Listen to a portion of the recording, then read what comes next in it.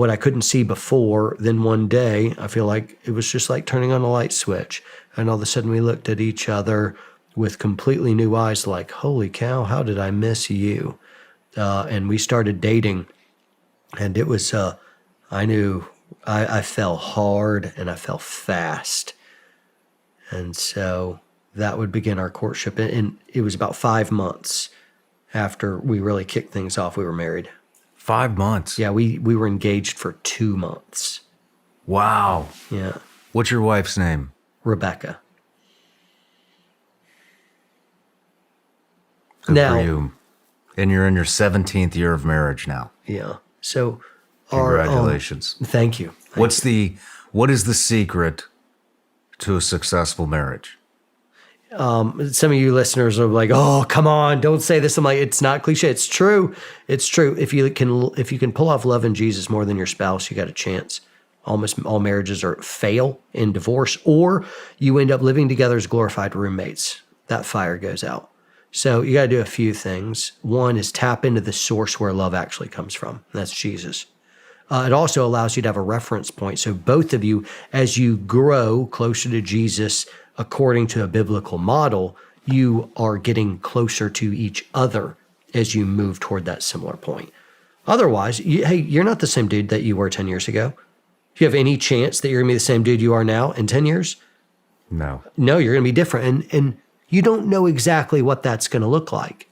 And then you could say the exact same thing about your spouse. And though y'all may be near and close in this point of your journey, at this point in time you're near, in 10 years, your future self and her future self may be worlds apart, irreconcilably. What is the guarantee you're actually going to grow together over time? Just because you share a house?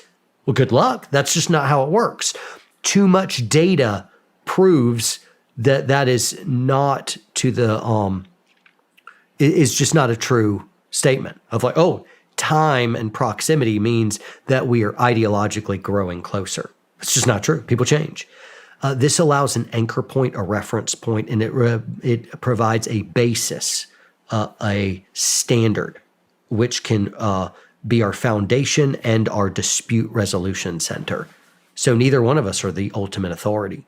Scripture is, period. All ties broken right there. I mean, like all controversial ties, not familial. And so, love Jesus. Then you got to date your wife.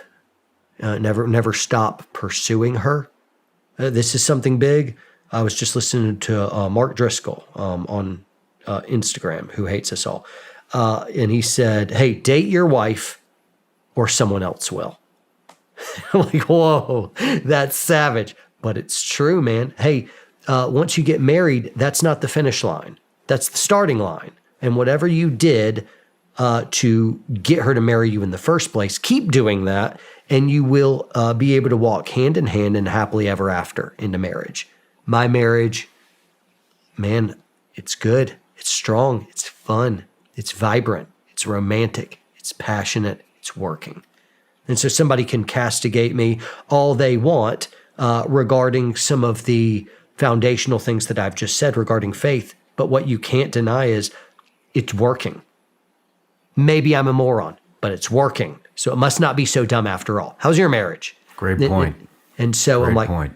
If it works, then maybe, just maybe, you should remove the chip from your shoulder and lean in and think that there might be something that I'm onto here. Because most marriages are not working, and mine is growing stronger over time, not weaker. We're becoming more in love, not more embittered. And that is extremely rare. And it's taken a lot of effort because our first 2 years was not good. Why is that? Because I was an extremely strong personality, and she was too. I'd say it is what happens when an immovable object meets an unstoppable force. And that was us. And so our marriage and our first couple months was really great. And after we'd settled into happily ever after together, after a few months, we started locking horns and hard.